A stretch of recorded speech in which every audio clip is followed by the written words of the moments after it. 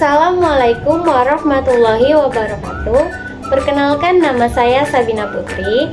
Pada video kali ini, saya akan menjelaskan sedikit mengenai bagaimana cara mencari uji validitas, uji reliabilitas, tingkat kesukaran, dan daya pembeda soal esai pada Microsoft Excel.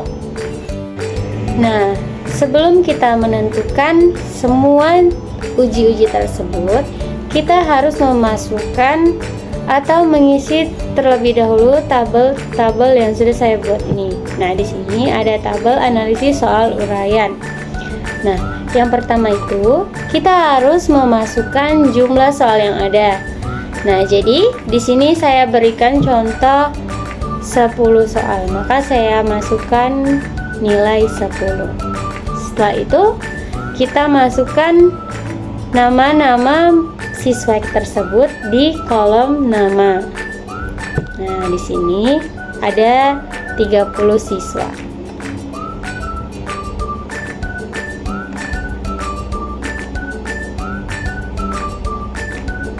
Oke. Maka kita lanjut ke kolom nomor butir soal.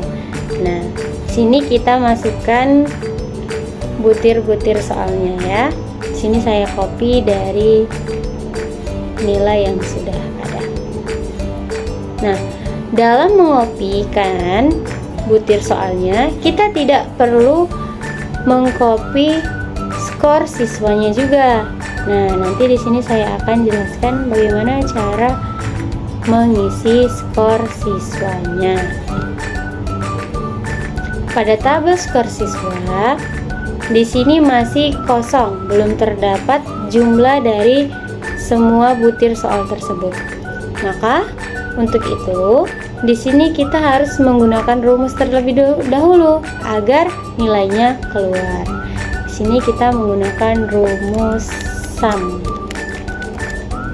Nah, setelah kita masukkan rumus sum, baru kita masukkan tabel kolom mana saja yang akan kita jumlahkan. Nah, di sini kolom yang ini jumlahkan itu ada di kolom B6 sampai K6. Setelah kita masukkan kolomnya, maka nilainya atau jumlahnya akan muncul. Untuk mempercepat agar seluruhnya muncul, kita bisa tarik sampai bawah. Nah, maka muncullah seluruh jumlah skor siswanya. Maka setelah itu semua data-data akan muncul karena sebelumnya sudah terdapat rumus-rumus di dalam setiap kolomnya. Tapi di sini saya akan menjelaskan sedikit. Nah, untuk mencari RX-nya hitung terdapat rumus manual dan Microsoft Excel. Tetapi karena di sini kita menggunakan Microsoft Excel, maka kita masukkan rumusnya yaitu persen. Setelah kita masukkan rumus persennya, kita masukkan ringnya. Ringnya itu ring X1. X1 itu apa? X1 itu yaitu skor suatu butir atau item. Nah, di sini skor X1-nya itu dimulai dari butir pertama atau pada sampel pertama kita blok sampai butir terakhir. Agar bisa di-copy ke kanan, untuk nama siswanya dan skor siswanya kita beri tanda dolar atau dengan menekan F4. Jika tidak diberi tanda absolut atau tanda dolar, maka jika kita geser akan berantakan. Pada kolom kesimpulan, dia terdapat ketentuannya. Jadi, jika R hitung lebih besar dari R tabel, maka hasilnya akan valid. Nah, sebaliknya, jika R hitung lebih kecil dari R tabel, maka hasilnya akan invalid atau tidak valid. Nah, di sini saya sudah masukkan rumusnya, bisa kita lihat. Di tingkat kesukaran terdapat SA dan SB.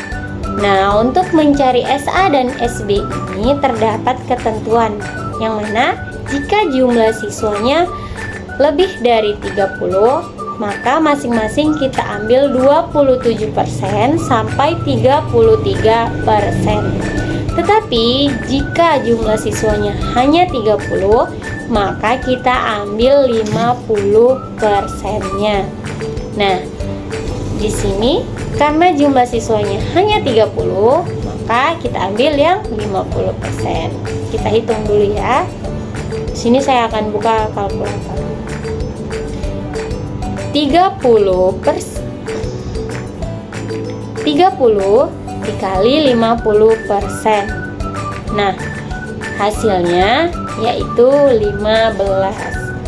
Nah, karena 50% dari 30 adalah 15, maka SA-nya kita mulai dari item atau nama siswa yang pertama sampai siswa ke-15, yaitu berada di kolom B6 sampai kolom B20. Di rumus yang dimasukkan itu rank of rights. Kemudian kita masukkan item yang pertama sampai item yang ke-15. Untuk yang SB itu kita mulai dari bawah, dari item terakhir yaitu B34 sampai dengan B20.